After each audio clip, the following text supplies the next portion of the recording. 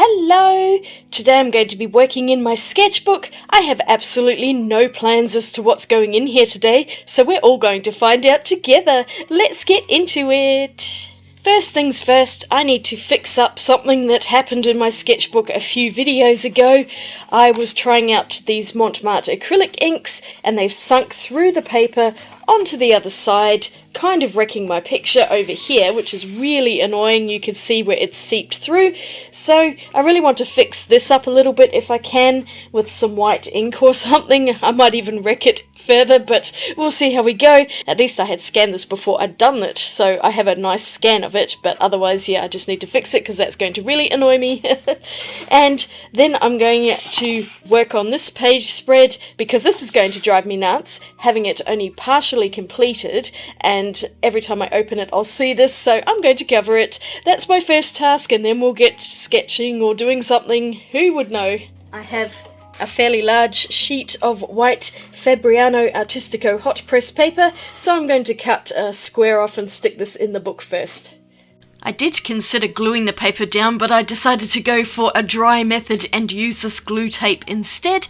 It worked pretty well, although a few of the edges weren't perfect, and I did end up using a tiny bit of glue just around the edges to make it really stick down, and I felt better already just hiding that mess. So next up is fixing the mess on this side using some bleed-proof white ink, and I've just got a cheap little Japanese brush which I bought in Daiso a while ago. For some reason I decided that's what I was using today, probably because it was the first thing I saw, and now I'm just delicately applying this ink to the most obvious marks on there. There is some shadowing coming through from the squares, but I didn't cover all of it because I thought that would just look messier having big blocks of white on there. So I've just really covered up the worst marks, and once it dried it's mostly invisible. It does reflect under the studio lights a little bit, but otherwise I think this page is much improved. Now back to this empty page spread, and I was having art block at this time when I was filming the video. I had absolutely no idea what I was going to paint.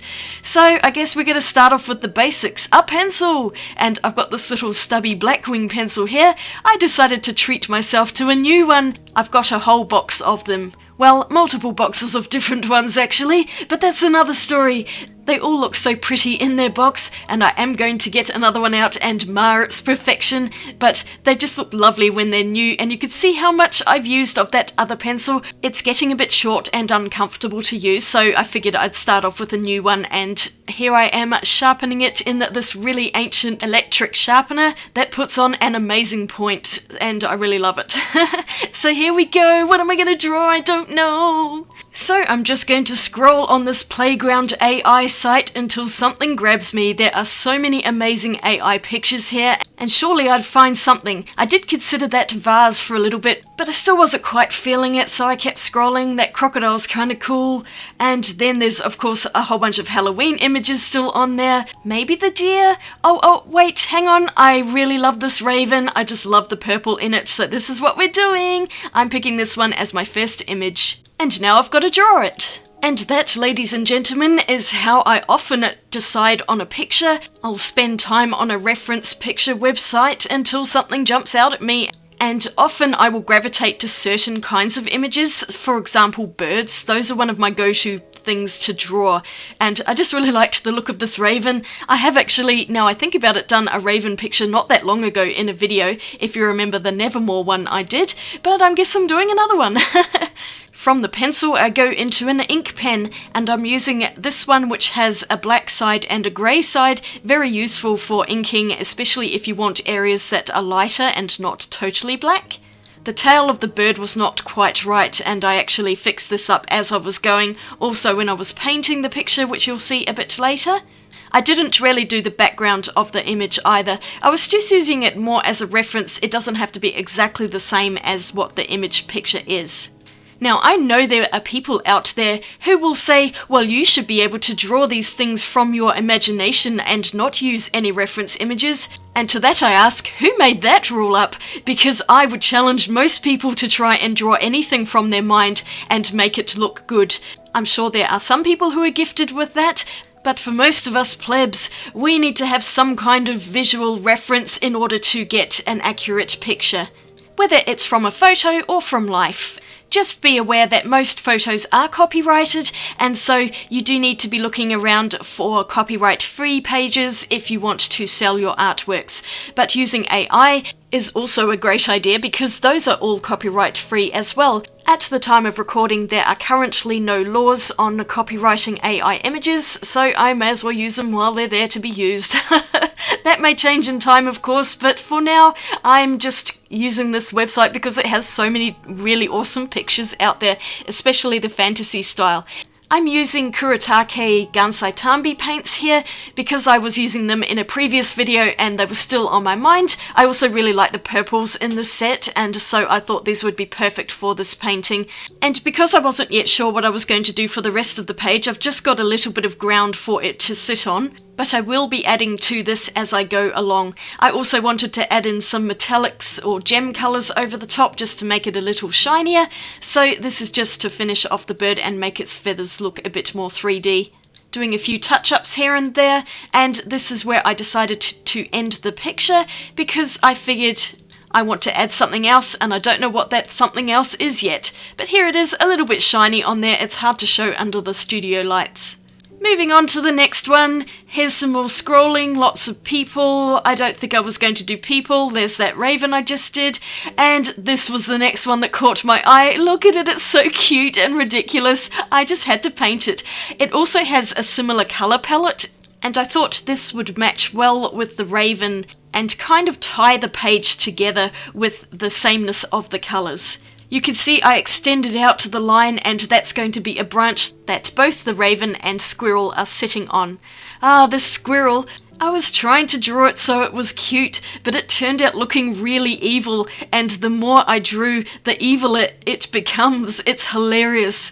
And I was just laughing the whole time I was drawing it.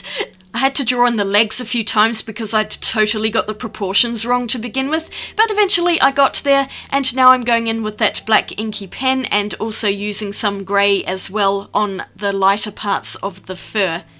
I suppose it does still look kind of cute, but just its eyes look really evil, especially when I coloured in the pupils. It looks like it's planning world domination, and I don't think I'd want to meet this squirrel in a dark alley because it would definitely steal all of my acorns. So I'm just taking off the pencil here and going back in with the Kuretake paints using these little Japanese brushes, and they're really nice except for this larger one started shedding its hairs everywhere, and I really should have swapped brushes, but I just didn't feel like getting other ones out, so I persevered with it. The tail is pink and purple, and then I went in with bluer colours for the body of the squirrel. I also messed up one of its ears, and I will fix that later on when everything finally dries. And now I'm tying the two pictures by connecting them with this tree branch, which I decided to paint in purple and blue. Brown's too boring today. I just want this particular colour palette, and sometimes it really doesn't matter what the colour is as long as you have the value from light to dark.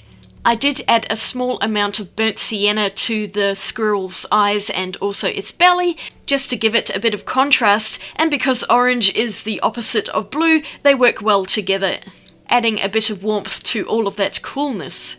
I really love how the squirrel turned out. I think he's super cute. I'm adding in a bit of that bleed-proof white on some of the edges of its fur just to make it stand out. At this point I decided this is all I wanted on this particular page, so I'm just finishing off the branch to make this page its own thing. I had considered going over to the other page and making other animals sit on the branch, but I changed my mind on that and thought I would go for something different. I was considering this lady, but in the end I just figured that people would be too hard today because I haven't done a lot of art lately and I needed to get back into things by making it a little bit easier on myself. This wolf is what caught my eye, and since I've done animals on one page, I may as well do an animal on the other. And I decided right away that this was going to be a full page with just the wolf on it and no more animals or pictures. It looks so wrong at the moment. I took quite a long time to get the proportions right. And its eye as well, that was not right either. It looked like a boxer dog for quite a long time, but eventually it started to take on the shape of a wolf, and I actually extrapolated the back part of it because it was cut off in the picture. I've drawn in the hind leg and also a big tail just to stretch it across the page.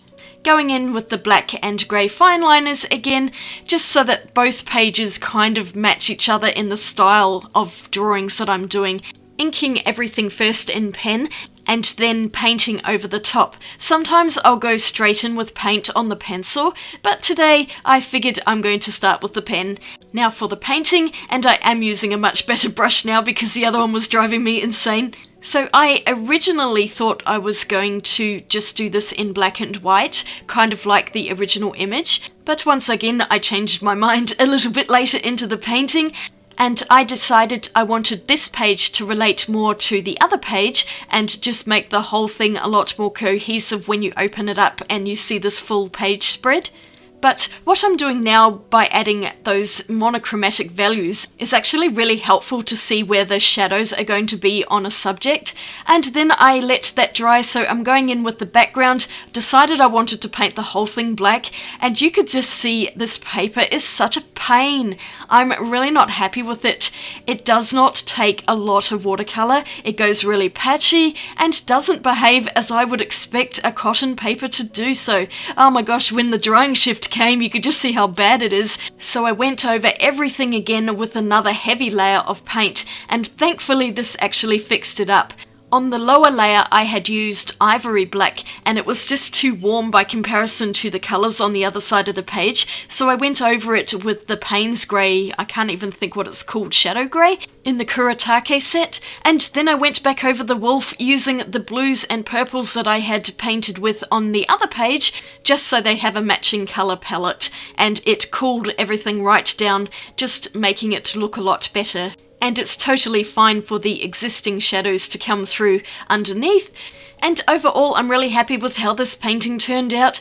I think he looks really cool, and I also painted his eyes right at the end with some more of that burnt sienna to match in with the squirrel's eyes. There we go. Now I'm using some opal colours in the background because they look amazing on black. They are invisible on white. I used purple, blue, and copper, or whatever one the goldy colour is. And now the background of the first page needs something because it just looks so stark. So I'm painting in circles with gem colours, gem violet, blue, and a bit of goldy colour as well. And this just kind of tied the two pages together, even though one background is white and the other is black. I had so much fun painting these two pages. It really broke the slump that I was in and got me out of that art-blocked feeling, which is really horrible. I hate it. And I can't afford to do that when I'm making YouTube videos, so I had to come up with something. And now I'll show you the finished images in the scans that I did. So here's the original. You can see the line going through where I've glued on that piece of paper. Annoying! But a little bit of Photoshop has fixed that up, except for the branch which looks a bit wobbly, and there's not too much I can do about that. It's good enough for now. And last up is my Cosmic Wolf, which actually scanned really well, and I'm super happy with this. So I started off the day with absolutely nothing, and now I have a lovely page spread all filled in my sketchbook. I'm really pleased with this, and now I'm inspired to do more. Hooray! I'm so glad to feel like this again. Well, that was fun. I love the way art just happens sometimes. You start off with a totally blank page spread and anything can end up on it. I really like the colour scheme that I've used. Purple and blue and this bronzy colour, they always go really well together, and I had so much fun painting these. This is my favourite for the day. I just think it's hilarious and it looks so deliciously evil. I think that this cover-up is pretty good. I mean, you can see a little bit of a line there, but otherwise it's not that noticeable. Just painting over everything and making sure it was glued down thoroughly. So I have managed to rescue this page and complete an entire page spread in my book. It's been a win today. I like all of the pictures. Let me know in the comments which is your favourite one, and what are you going to be painting today? Has this video inspired any ideas for yourself? So thank you very much for watching. I'd really appreciate a thumbs up on this video, and you might want to click that subscribe button for for more videos. I've got another couple of videos you might want to check out up here, and I will see you all again really soon in my next one. I hope you're having a great day out there, and I hope you're feeling inspired to make some art. I'll swatch you later. Bye.